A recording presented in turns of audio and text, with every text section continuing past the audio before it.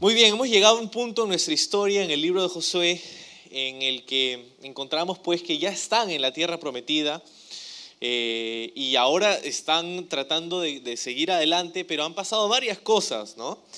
Ahora, hemos llamado a este libro de Josué, a nuestro estudio en el libro de Josué, Transición, y es porque este libro nos cuenta acerca de justamente eso, del cambio, de la transición del pueblo de Israel de vivir en el desierto por 40 años a finalmente poder vivir en la tierra prometida, en la tierra que Dios había prometido para ellos, ahí en la tierra de Canaán. Es básicamente en una sola palabra cómo se resume todo el libro de Josué.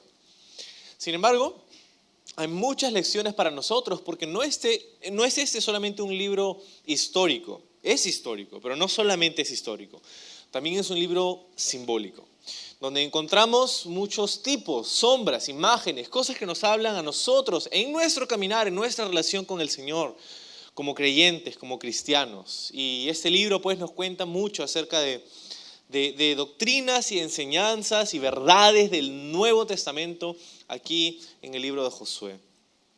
El estudio de hoy, en estos 6 versículos, los últimos 6 versículos del capítulo 8, he titulado este estudio Construyendo altares. Construyendo altares.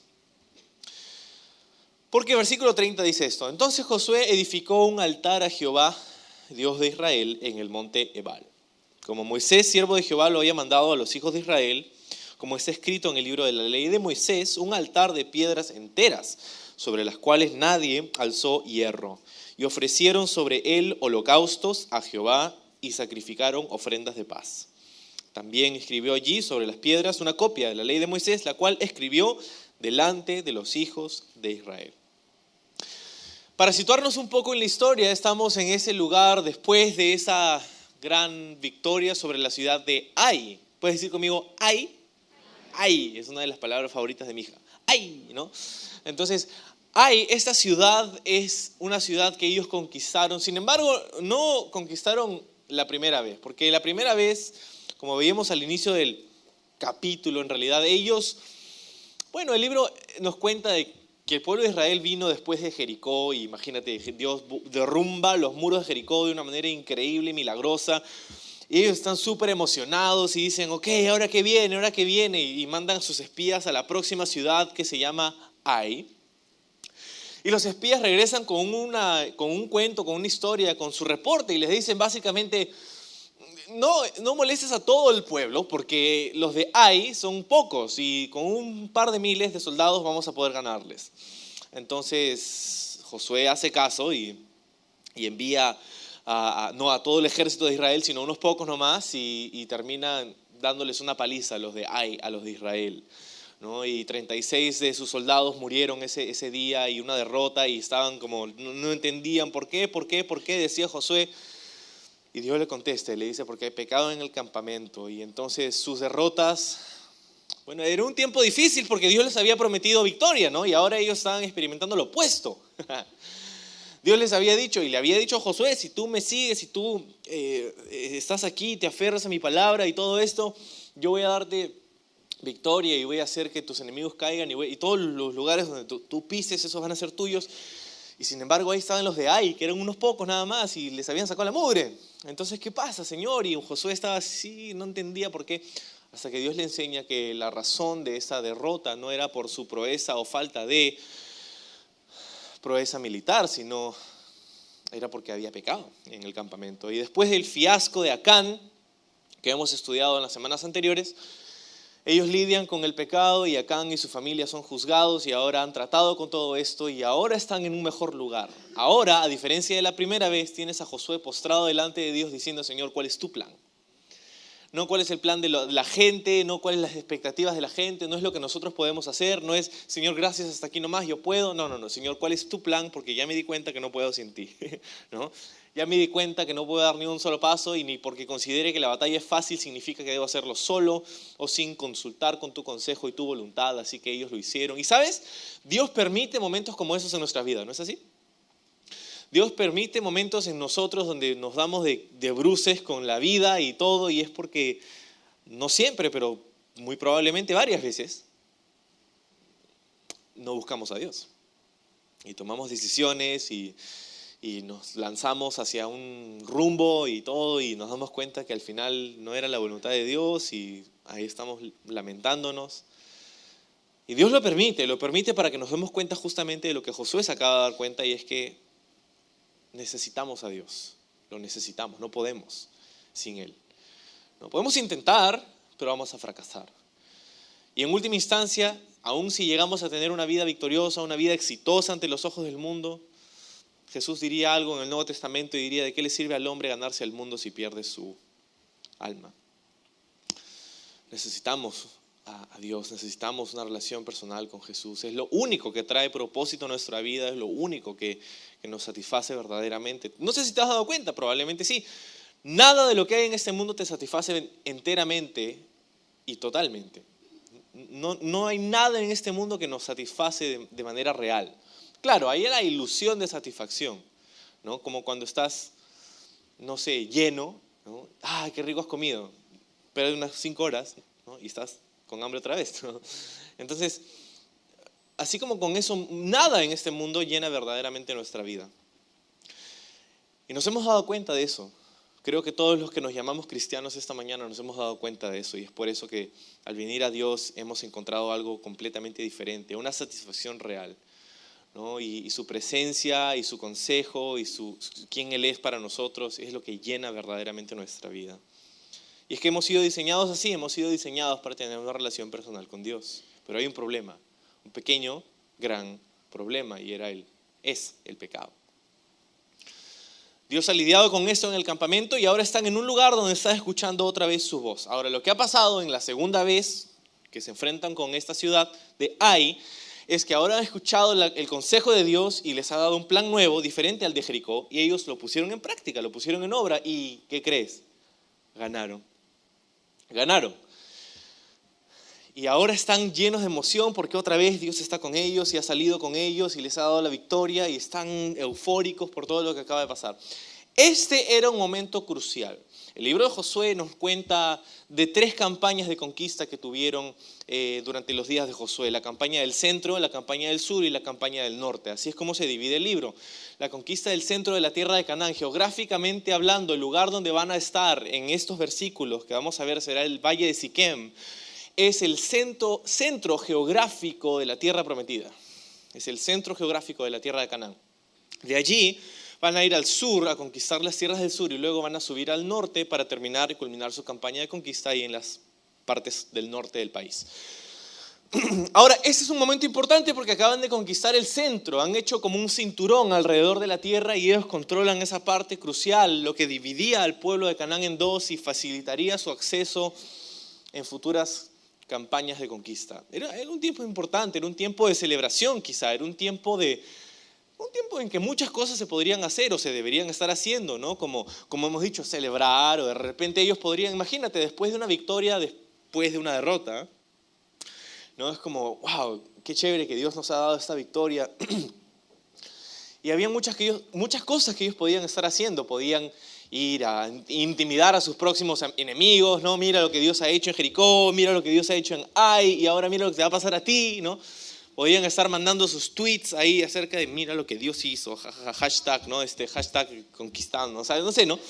Y entonces podían estar haciendo 1001 cosas diferentes, y sin embargo lo que encontramos haciendo en ese tiempo crucial de la campaña al pueblo de Israel y a Josué es algo diferente a todas esas cosas. No están haciendo nada de lo que acabamos de describir.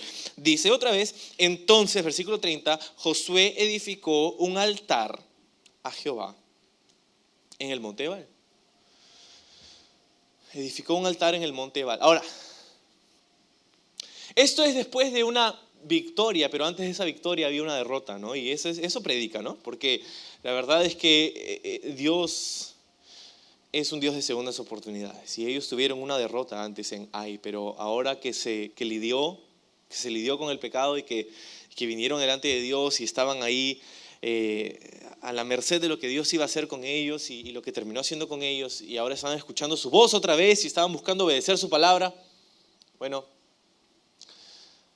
Dios sigue hablando con Josué y Dios le dice, yo todavía tengo un plan para ti, ¿no? Y eso es algo que nos anima y nos animó mucho cuando lo estudiábamos, porque nos dábamos cuenta de que Dios verdaderamente está dispuesto a recibirnos siempre que nosotros vengamos a Él con un corazón abierto y sincero y en humildad. No importa cuán lejos hayas caído o cuán bajo hayas caído, cuán lejos hayas corrido o huido del Señor o en dónde está tu vida en este momento, no lo sé, pero si te sientes apartado, estás en un lugar, una temporada de alejamiento de Dios en tu vida, tienes que saber esto, y es que Dios está ahí. Dios es un padre de hijos pródigos muchas veces, y Él está ahí con los brazos abiertos, dispuesto a recibirte en cualquier momento que tú desees, venir a Él y presentarte delante de Él diciendo, Señor, aquí estoy, esto es lo que soy, esto es lo que he hecho, aquí estoy, Señor. Y Él te va a recibir con amor, va a lidiar contigo, va a lidiar con tu corazón, con tu vida, con tu pecado y todo eso, pero Él está dispuesto a recibirte. Y es lo que pasó con el pueblo, y por eso tuvieron una gran victoria. Y me encanta que el pueblo de Israel pudo tener una victoria en el mismo lugar donde antes hubieran tenido una derrota, porque eso nos habla a nosotros, ¿no? Y Dios nos da justamente la capacidad a nosotros ahora de poder experimentar victoria en los lugares donde antes experimentábamos derrota. Quizá es un área en nuestra vida, quizá es una temporada en nuestra vida, Todos reconocemos que tenemos áreas de debilidades y flaquezas en nuestra vida, pero son justamente esas las áreas donde Dios, a través de su poder y su palabra y nuestra intimidad con Él, que podemos experimentar victoria. Ahora, como te venía diciendo, hay muchas cosas que podrían estar haciendo, pero lo que hacen es edificar un altar en Ebal, en el monte Ebal. Esto me causa curiosidad porque Ebal no estaba muy cerca, que digamos. Habían estado en la ciudad de Ai.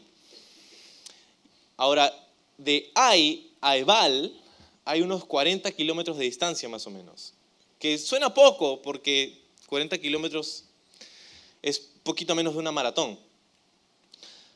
Pero es una maratón con familia, con todo el pueblo, 2 millones y pico de personas. Y no solamente eso, sino que han estado en el Valle del Jordán, que está debajo, varios metros, cientos de metros debajo del nivel del mar. De Ai a Ebal hay un ascenso, porque Ebal, en este lugar, este monte estaría a 1100 metros sobre el nivel del mar. Entonces no solamente son 40 kilómetros, no solamente son 40 kilómetros con toda tu familia, sino que son 40 kilómetros con toda tu familia en ascenso, hasta llegar a los 1100 metros sobre el nivel del mar. No sería una hazaña, vamos a decir, muy cómoda. No sería algo que todos estarían de repente gozosos de hacer. Hay muchas otras cosas que podríamos estar haciendo en este momento, Josué. Y sin embargo, Josué dice, no, este es momento de ir a este lugar y hacer un altar a Dios. Y me encanta porque eso nos habla a nosotros de varias maneras. Hay mucho que la vida demanda de ti, hay muchas expectativas que la gente puede tener de ti, hay muchas expectativas que tú mismo puedes tener de ti. Y sabes, tenemos que aprender a ser constructores de altares. Y voy a explicarme un poco más mientras profundizamos en el texto, pero eso es lo que hacen. ¿Qué les encontramos haciendo en este momento tan crucial, culminando la campaña de conquista del centro de la tierra prometida, geográficamente hablando? Ahora que están ganando tracción, ahora que están viendo el éxito que Dios les había prometido, ¿qué estaban haciendo? Construyendo un altar. 3 cosas estaban haciendo, 3 cosas que vamos a ver en nuestro estudio si estás tomando nota. Construyen un altar, ofrecen sacrificios y enaltecen la palabra de Dios.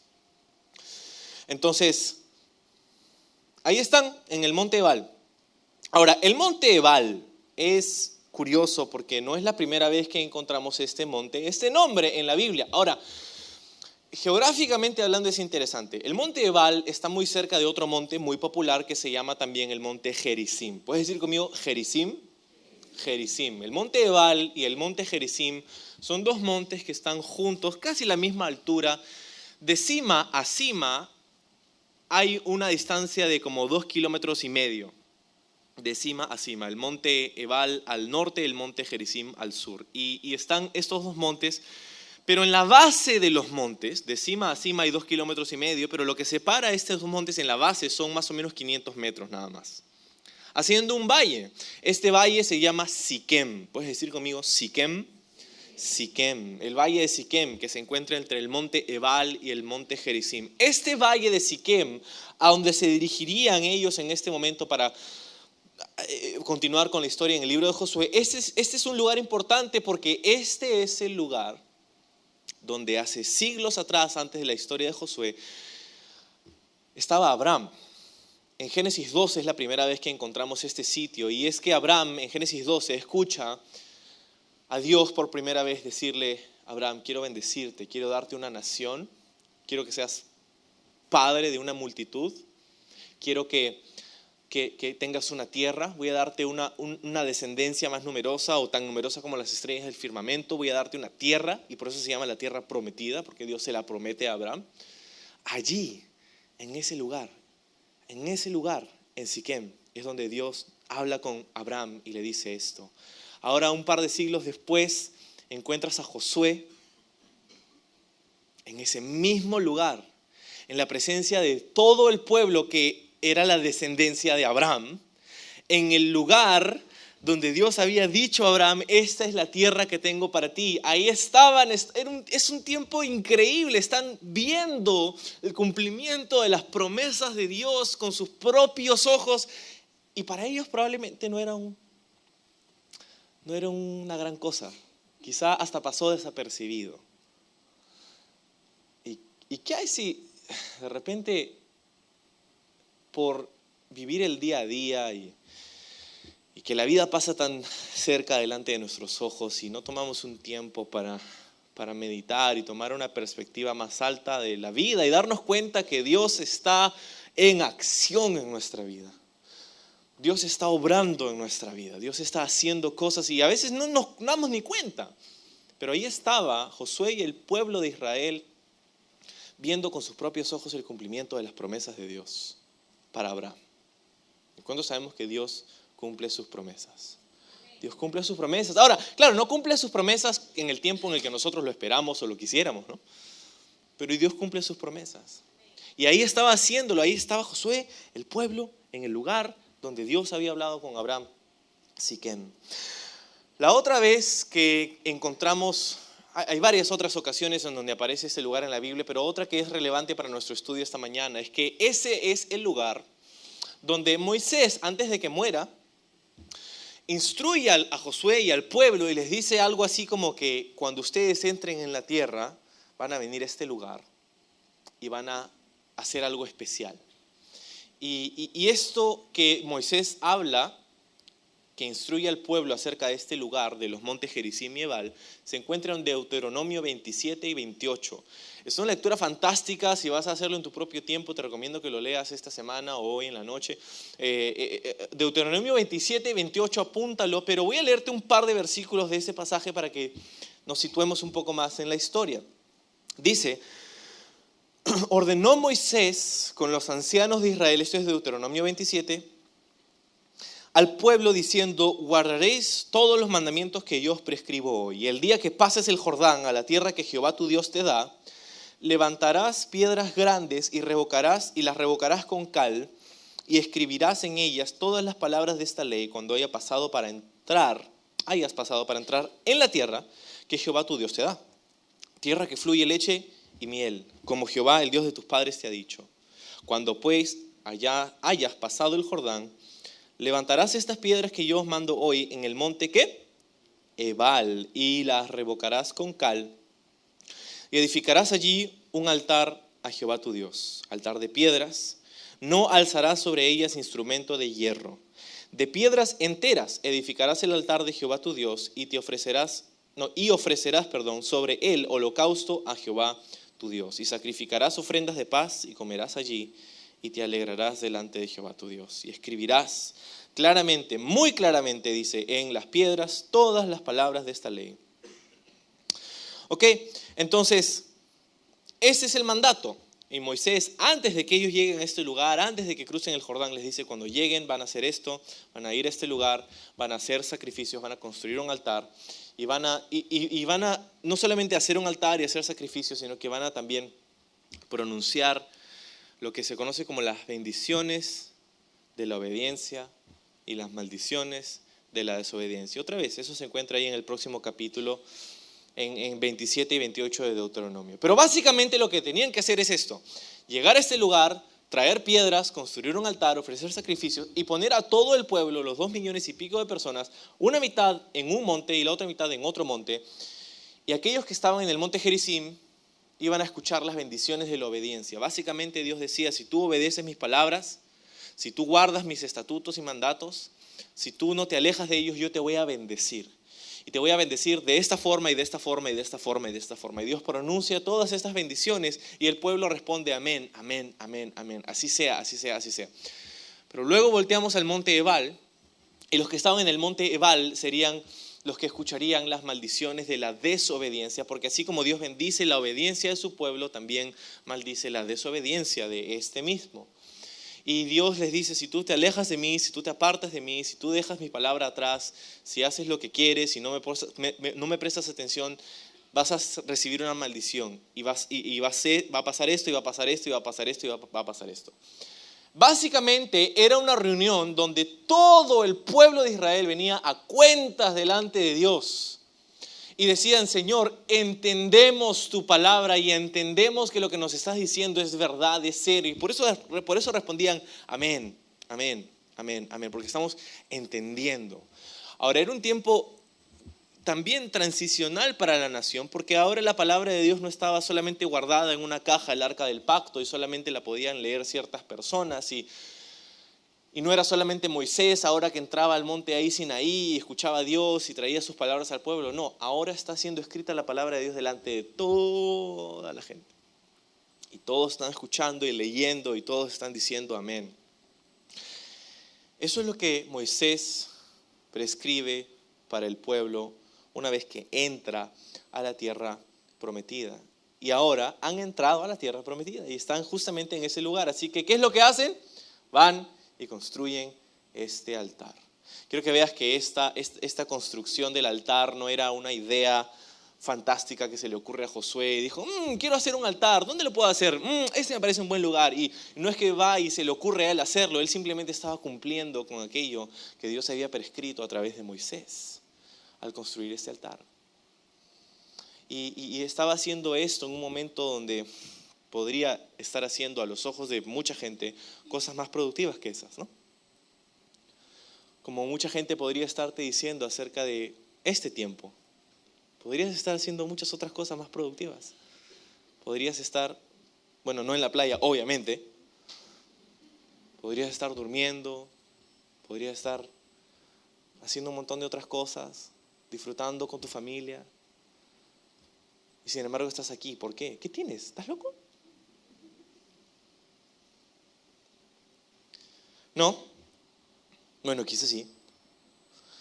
Pero ahí estaba Josué, llevando al pueblo al monte Ebal, al monte Gerizim, al valle de Siquem. Entonces, hicieron esto, llegaron y construyeron este altar.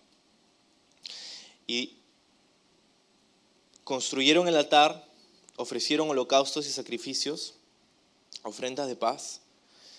Y también escribió allí en el versículo 32, hemos leído sobre las piedras una copia de la ley de Moisés, ¿no? Entonces están haciendo exactamente como Moisés había prescrito.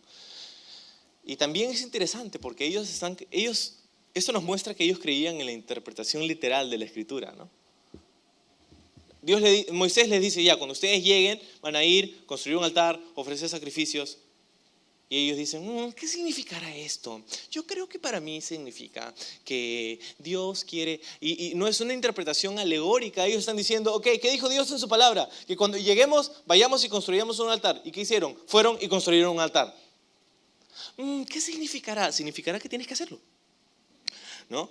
Entonces, es la palabra de Dios, están aplicando aquí la palabra de Dios. Ahora, esto de las bendiciones de la obediencia y las maldiciones de la desobediencia, es importante que lo entendamos porque es un principio que está activo el día de hoy.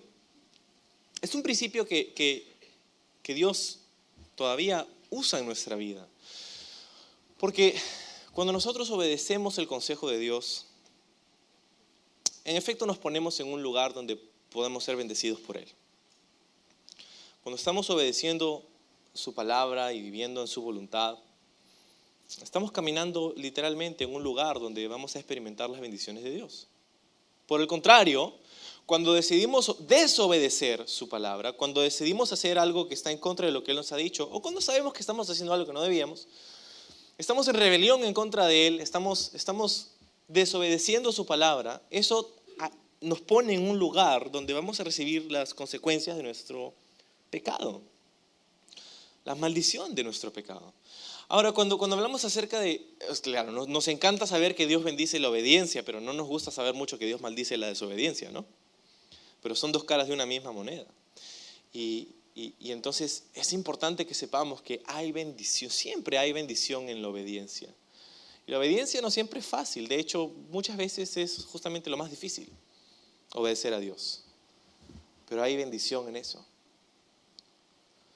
Pero cuando se trata de la maldición no queremos escuchar, no queremos pensar, no queremos saber. ¿Dios maldice? ¿Cómo es eso que Dios maldice? Bueno, creo que no se trata tanto de que Dios maldice, sino que nosotros mismos nos ponemos en un lugar de maldición. ¿Por qué? Porque piénsalo así, es como que yo le dijera a mi hija pequeña que no toque la cocina porque está caliente, no toques la estufa, no te acerques porque está caliente, no quiero que la toques. Porque obviamente no quiero que se haga daño. Entonces, si mi hija me obedece, ¿qué crees? Va a evitar el peligro, va a ser bendecida en eso, va a poder retener su salud. Pero si mi hija me desobedece, ¿qué crees que va a pasar? Se va a quemar, va a salir herida. ¿Y tú crees que va a salir herida porque yo la maldigo porque me desobedece? No. Va a salir herida porque el hecho de desobedecer mi mandato implica sufrimiento para ella. Es así con el Señor, no es que Dios está mirando a ver si me desobedeces. Me desobedeciste, te mando un rayo. No es que Dios está haciendo eso con nosotros, sino que Dios nos ha dado estatutos, principios, nos ha dado su palabra y si caminamos en ella vamos a ser bendecidos, pero si la desobedecemos, no es que Dios nos va a mandar un rayo, sino que el hecho de desobedecer al Señor implica que vamos a hacer algo que nos va a destruir. Porque el pecado destruye. El pecado trae destrucción. Siempre, siempre, todas las veces. Dice la Biblia que la paga del pecado es muerte, pero la muerte no siempre se ve en el momento. ¿Cómo así? ¿Cómo puede? ¿Me estás diciendo que puede estar alguien vivo pero muerto? Sí. ¿Alguna vez has cortado una flor y la has llevado a tu casa? ¿La has puesto en un jarrón con agua? Está viva la flor.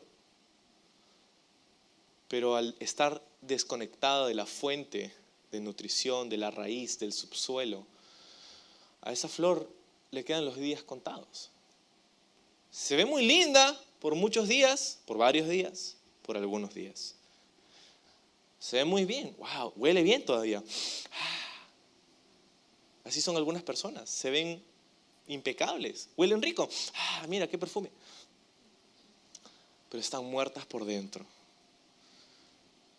En el momento de su desconexión de la fuente de nutrición, es en el momento donde empieza en efecto su muerte. Y eso es lo que ha pasado con cada uno de nosotros, cada ser humano que ha existido y existirá jamás. Hemos sido cortados de la fuente de nutrición que es Dios, de la fuente de vida que es Dios. Y lo que ha hecho que esto suceda es el pecado. Es el pecado que ha puesto un gran cisma, un abismo entre nosotros y Dios. Y no lo podemos cruzar. Y es lo que la muerte o lo que el pecado ha hecho, ha traído muerte. Seguimos vivos, pero sin esa conexión, tanto como esa flor. ¿La Biblia no nos dice acaso eso? Que nuestra vida, que todo ser humano es como una flor. Está aquí, después ya no. Esa es la vida. Y en ese momento es donde tenemos que darnos cuenta, ¿ese es acaso el plan de Dios? que vivamos una vida sin propósito, una vida de decoración. Hay muchas personas que están viviendo una vida decorativa. ¿Por qué? Porque todo es externo. Pero por dentro, Dios no quiere que vivamos esa vida, que solamente es máscara, que solamente es externo. Dios quiere darnos vida verdadera. Jesús dijo claramente: yo he venido para que tengan vida y vida abundante. Es Jesús quien nos da vida abundante, vida verdadera. Y de eso se trata el libro de Josué. De mostrarnos que es Yahshua, Josué, Jesús, quien nos lleva a esa tierra prometida, la tierra donde fluye leche y miel, esa vida abundante. Sin embargo, 3 cosas que vemos en estos versículos que hicieron una vez que estaban en la tierra prometida. Y si la tierra prometida significa o representa nuestra vida con el Señor aquí en la tierra, estas cosas tienen que ver con nosotros hoy. Así que, ¿qué es lo que hacen?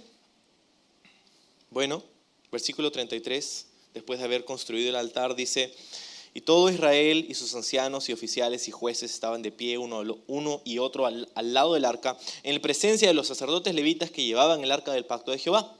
Así los extranjeros como los naturales, y la mitad de ellos estaba hacia el monte Gerizim y la otra mitad hacia el monte Ebal, de la manera en que Moisés, siervo de Jehová, lo había mandado antes. ¿Dónde? En Deuteronomio 27 y 28. Lo había mandado antes para que bendijesen primeramente al pueblo de Israel. Después de esto leyó, dice, todas las palabras de la ley, las bendiciones y las maldiciones conforme a todo lo que está escrito en el libro de la ley. Y no hubo palabra alguna de todo cuanto mandó Moisés que Josué no hiciese leer delante de toda la congregación de Israel y de las mujeres, niños y extranjeros que moraban entre ellos. 3 cosas que suceden en este texto. Número 1, construyen un altar. Josué construye un altar. La construcción de un altar, bueno, es interesante porque nos habla de intimidad, de conexión, de relación con Dios. Un altar, ¿por qué construirían un altar ahí? Porque sería un lugar donde vendrían y se presentarían delante de Dios, donde su relación podría ser restaurada con Dios a través del sacrificio. ¿Te diste cuenta que usan 2 palabras en el texto en Josué, aquí en el versículo 31, para hablar acerca de los sacrificios que se hicieron en ese momento? Dice, hicieron holocaustos y sacrificaron ofrendas de paz. 2 tipos de sacrificios que se harían sobre este altar. Este altar estaría allí para poder recibir la sangre del cordero o los animales que serían ofrecidos ahí delante de Dios. Eso sería parte de lo que Dios instruye en su palabra, porque así como hemos dicho que el pecado ha puesto una brecha entre nosotros y Dios, lo único que hace posible que podamos ser restaurados, la Biblia dice que la paga del pecado es muerte, y en el libro de Hebreos nos dice que sin derramamiento de sangre no hay remisión o perdón de pecados. Es por eso que el sacrificio del Antiguo Testamento requería la muerte de animales que no tenían nada que ver con tus problemas. Era un sacrificio sustituto, era alguien más dando su sangre por ti. Alguien más llevando la condena que tú merecías, alguien más sufriendo el castigo que tú merecías y tú recibiendo perdón. ¿Te suena familiar todo esto? Claro, porque todos, y quiero que sepas esto, todos los ritos de sacrificios del Antiguo Testamento en la ley de Moisés, todos y cada uno de ellos apuntan al sacrificio de Jesús. Todos ellos son una sombra, un tipo, algo que nos apuntaría hacia Jesús, porque es Jesús quien es identificado como el Cordero de Dios que quita los pecados del mundo. Él es quien murió en nuestro lugar, Él es quien dio su sangre por nosotros. Ahora, el libro de Hebreos también nos dice que la sangre de machos cabríos y de corderos y todo eso no puede limpiar nuestros pecados, solamente pone una cubierta temporal sobre nosotros. Y es por eso que en su mejor versión los sacrificios sustitutos del Antiguo Testamento eran inadecuados, porque solamente proveían una cubierta para nuestro pecado y sin embargo nuestro pecado permanecía ahí. Pero también Hebreos nos dice que es la sangre de Jesús Es su sangre donde podemos hallar el perdón. La sangre de Jesús quita nuestro pecado, no solamente lo cubre. Y es por eso que dice que Él murió y se sacrificó una sola vez y para siempre. Una sola vez y para siempre. Entonces hicieron un altar. Hicieron un altar donde harían sacrificios, donde alguien más, un cordero, un animal, moriría y derramaría su sangre por una persona culpable. Un inocente dando su vida por un culpable. Y lo más curioso es que todo esto sucedía en el monte Ebal. Dice el texto que el altar se hizo en el monte Ebal. ¿Por qué no en el monte Gerizim, que era el otro monte que estaba ahí nomás? ¿Por qué en el monte Ebal? Porque el monte Ebal era el monte de las maldiciones. Y qué curioso que el altar se construye en el lugar de las maldiciones.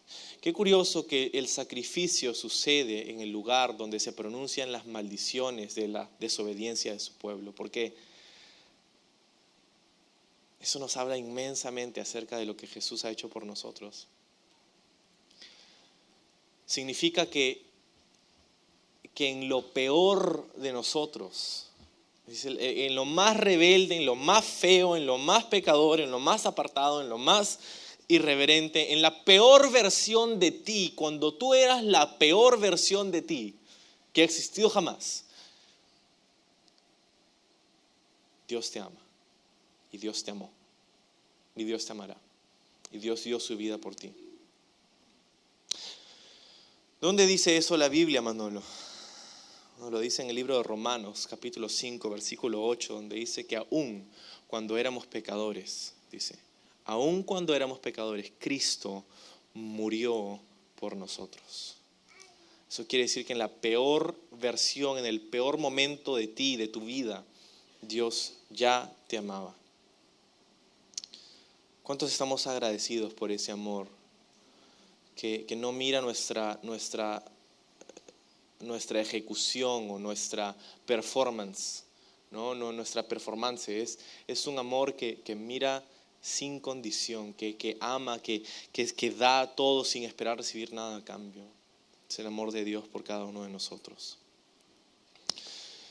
Ese altar donde sería hecho el sacrificio en el lugar de la maldición. Qué significativo. No solamente eso, sino que te diste cuenta acerca del altar, debía ser hecho con piedras que nadie tallaba. En otras palabras, no era un altar que debía ser hecho así a medida y cortar las piedras y poner el patrón allí, y ponerle imágenes y tallar ahí, wow, para que cuando vengas digas, wow, ¿qué tal altar? No, porque ese altar Dios te había dicho, no quiero que tomes piedras normales, comunes y corrientes y las pongas ahí, y ahí va a ser el altar donde se va a hacer el sacrificio. Y es que este altar representaría algo también. Ese es un lugar de consagración después de la victoria. Después de la victoria viene el pueblo con Josué y hacen este altar. Y es curioso porque la Biblia dice acerca de esto, que nosotros somos piedras vivas. Nosotros somos piedras vivas. Este altar, el enfoque de la adoración del pueblo en este momento, en este lugar de la historia, no debía estar en la artesanía del hombre, sino en la obra de Dios. Por eso Dios decía, yo no quiero que construyas una gran edificación, quiero que tomes piedras y las pongas juntas y ese es mi altar. Y no es que el arte sea malo. De hecho, en el tabernáculo, Dios manda a personas y pone en ellos dones y talentos para construir impresionantes obras de arte que formarían parte de la indumentaria del tabernáculo, donde estaría la presencia de Dios. Entonces el arte no es lo malo, lo que está diciendo aquí es que cuando se trata de nuestra adoración a Dios tenemos que tener mucho cuidado, porque es muy fácil poner nuestra adoración y darle la gloria al artista, al líder, al virtuoso, al talento, a la creación. Qué impresionante, qué increíble. ¿Te acuerdas los discípulos cuando estaban en Jerusalén con Jesús esa semana de su crucifixión? Fueron y le dijeron a Jesús: Señor, mira qué grandes edificios, wow, ¿no te parece impresionante?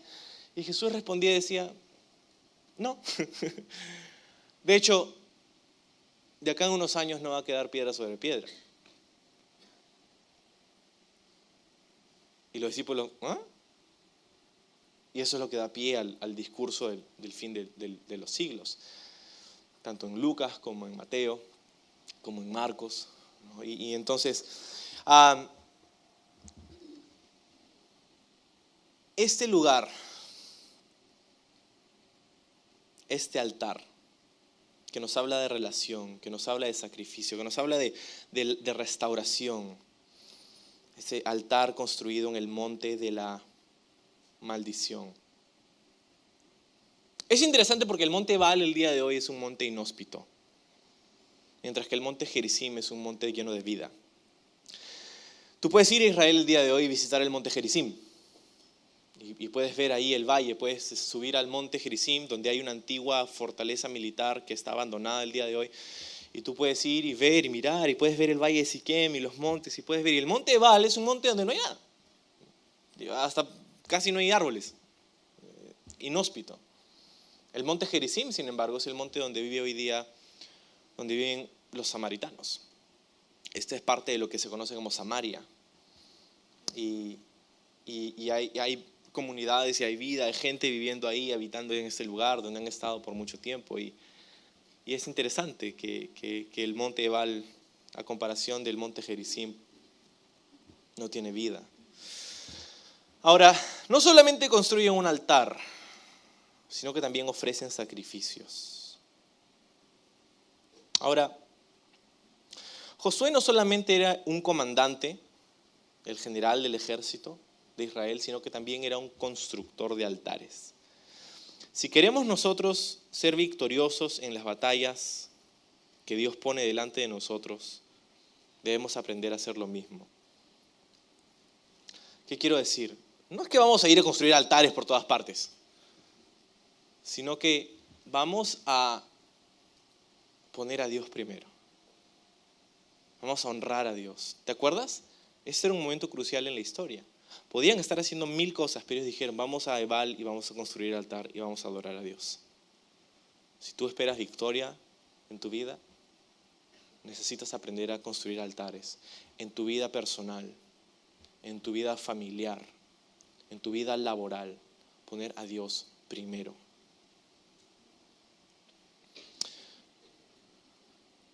Eso significa pues que tu intimidad con Dios y que tu crecimiento espiritual se convierta en una prioridad en tu vida.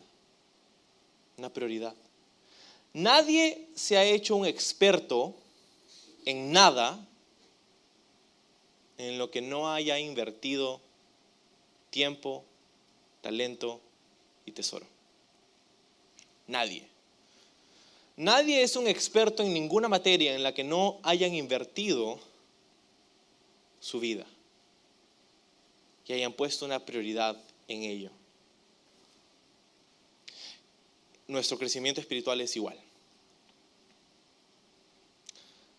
Si no estás experimentando crecimiento espiritual en tu vida, es que quizás no estás invirtiendo en tu crecimiento espiritual. ¿Y cómo puedes hacerlo? Una prioridad. De repente, ¿sabes? Necesito ir a un estudio bíblico. Tenemos un estudio bíblico en mitad de semana. De repente es ser parte de un grupo de conexión que empiezan ahora en agosto. De repente es ser parte del equipo de voluntarios de tu iglesia. Hay muchas formas de poner esto como una prioridad en tu vida. Y si estás en un lugar de estancamiento espiritual, es muy probablemente porque no estás invirtiendo en tu crecimiento espiritual. Construyeron un altar, ofrecieron sacrificios. Lo segundo, ofrecieron sacrificios porque hemos dicho que esto habla acerca del sacrificio de Jesús. Pero habían 2 tipos de sacrificios, ¿te acuerdas? Holocaustos y ofrendas de paz. Eran diferentes. No eran tan diferentes, pero eran distintos. El holocausto era la ofrenda quemada, lo que se daba enteramente a Dios y se quemaba sobre el altar y era todo para el Señor. Pero habían ofrendas de paz, sacrificios de paz, que eran ofrendas voluntarias que hacía el pueblo de diversas cosas. Podían ser de animales, de grano, del fruto de la tierra, de vino, de un montón de diferentes cosas. Sacrificios de paz. Y estos sacrificios de paz eran los sacrificios que le daban una parte considerable a Dios, pero también podían participar.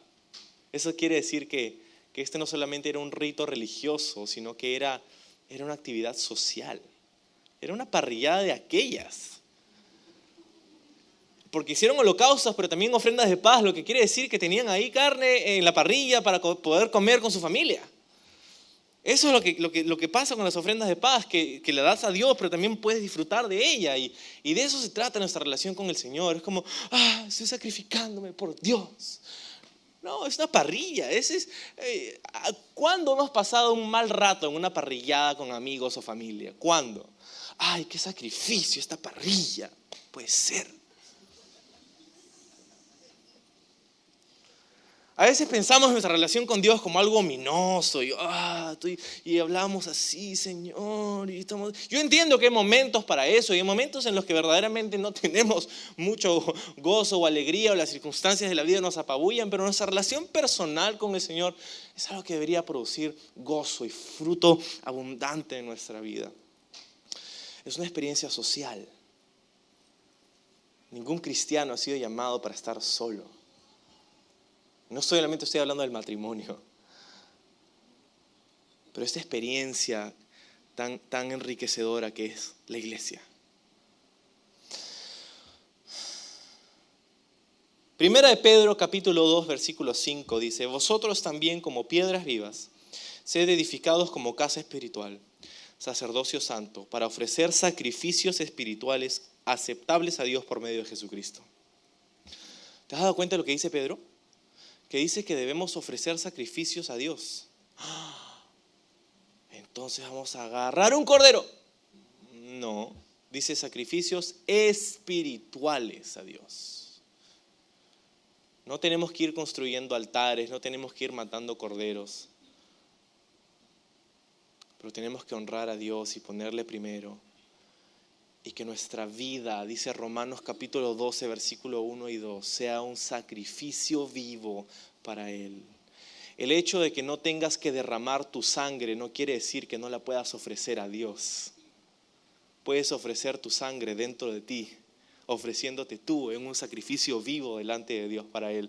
No para ganar su agrado, su afecto o un lugar en el cielo, porque con eso lidió Jesús, pero el sacrificio que tú haces a Dios es un sacrificio de gozo, de voluntad propia, donde no se trata de una postura, no se trata de una posición delante de Dios, se trata de que tienes su agrado, tienes su afecto, tienes su amor y por eso le das sacrificios de alabanza a Dios y te conviertes en un sacrificio vivo. Tu sangre no derramada, pero ofrecida sobre ese altar, como un sacrificio vivo.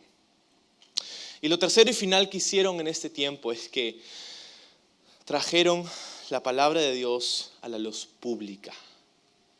Enaltecieron la palabra de Dios. No solamente construyeron altares, no solamente ofrecieron sacrificios, sino que también enaltecieron la palabra de Dios. Enaltecieron la palabra de Dios. Y no puedo resaltar lo suficiente el hecho de que Dios, si Dios se ha movido a través de la historia en la humanidad, nunca ha sido aparte de su palabra. La Biblia nos dice que Dios, en Salmo 138, versículo 2, dice: porque has engrandecido tu nombre, y dice, tu palabra sobre todas las cosas. En el versículo de Isaías 66, el segundo versículo dice: yo estimo, Dios está hablando y dice, yo estimo a los pobres y contritos de espíritu, dice, a los que tiemblan ante mi palabra. Es interesante estudiar la historia del avivamiento de la iglesia cristiana. Y una de las cosas, una de las conclusiones que puedes llegar cuando examinas los movimientos de avivamiento espiritual en la sociedad a través de los siglos, nunca ha habido un avivamiento en la iglesia cristiana aparte de la palabra de Dios. Siempre que ha habido un avivamiento en la vida de creyentes en todo el mundo, en cualquier parte de la historia, siempre ha sido cuando ellos han regresado a una comunión íntima con Dios a través de la palabra de Dios.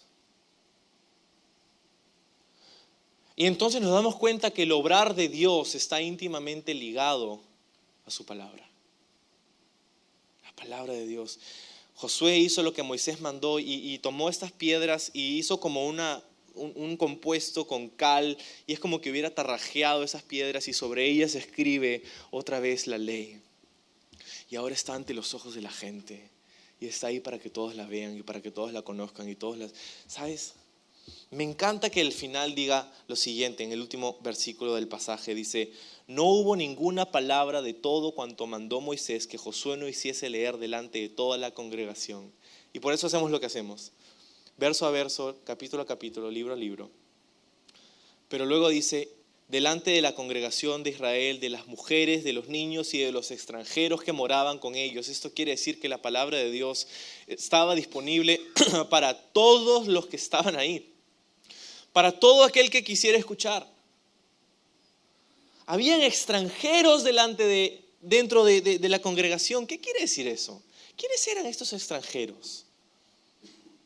Eran personas que, mi teoría es, eran parte de estos pueblos que conquistaban. Pero espérate, ¿no es que los habían erradicado a todos?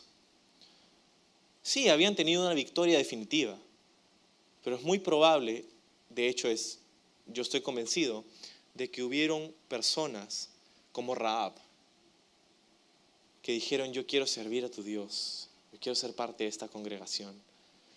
Y ahí están, ahí están. Esto quiere decir que si vamos a esperar que Dios se mueva en nuestra vida, necesitamos aprender a amar y tener una alta visión de las Escrituras. ¿Sabes que estamos viviendo en una época increíble en donde tenemos en cualquier momento del día acceso sin restricciones al consejo de Dios en su palabra? Tenemos diferentes versiones a nuestra disposición. Y llegamos a la palabra de Dios por capítulos, por versículos, en las versiones, en los idiomas que nos den la gana. No siempre hemos tenido ese privilegio como sociedad y como cristianos. Aprovecha el acceso que tenemos a la palabra de Dios. Habían extranjeros, habían personas, todo el que quería escuchar, ¿sabes? Me encanta eso porque ¿qué tal si en tu mundo, en tu vida, en tu entorno hay personas que están esperando escuchar la palabra de Dios? Que en tu mundo hay personas que están esperando que tú abras tu boca, que tú compartas con ellos la palabra de Dios, que tú les hagas una invitación para que vengan a la iglesia. Están esperando ahí. Hay personas que están ahí en tu mundo esperando que tú las alcances. La palabra de Dios estaba delante de todo el pueblo y todo el que quería escuchar podía venir y escuchar y ver y entender y asimilar. ¿Por qué te hago mención de esto? Porque muchas veces en este mundo eclesiástico, este mundo de iglesia en el que a veces podemos vivir, hay prejuicios, hay ideas preconcebidas de la gente y a veces pensamos que si alguien tiene, ¿no?, como se viste medio raro, entonces no sé, y lo miramos medio mal y como deshagámonos de esas ideas y esos prejuicios. Todo aquel que desea escuchar la palabra de Dios será recibido y bienvenido. Dios iba a tratar y lidiar con esa persona, pero ahí estaba. Y en tu mundo hay personas que están esperando que tú abras tu boca.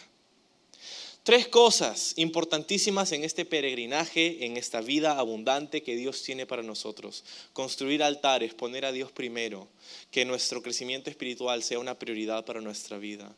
Hacer sacrificios, no es un sacrificio que nosotros hacemos para agradar a Dios, sino porque Él hizo el último sacrificio, el sacrificio en última instancia por nosotros. Y Él ganó nuestro perdón, Él murió en nuestro lugar, pero ahora que hemos entendido y aplicado eso a nuestra vida, ahora nosotros nos convertimos en sacrificios vivos. enaltecieron la palabra de Dios. Si vamos a ver a Dios obrar en nuestra vida, será por medio de su palabra. Aprendamos a amarla, a estudiarla, a ser alumnos de la palabra, a ser amantes de la palabra de Dios y del Dios de la palabra.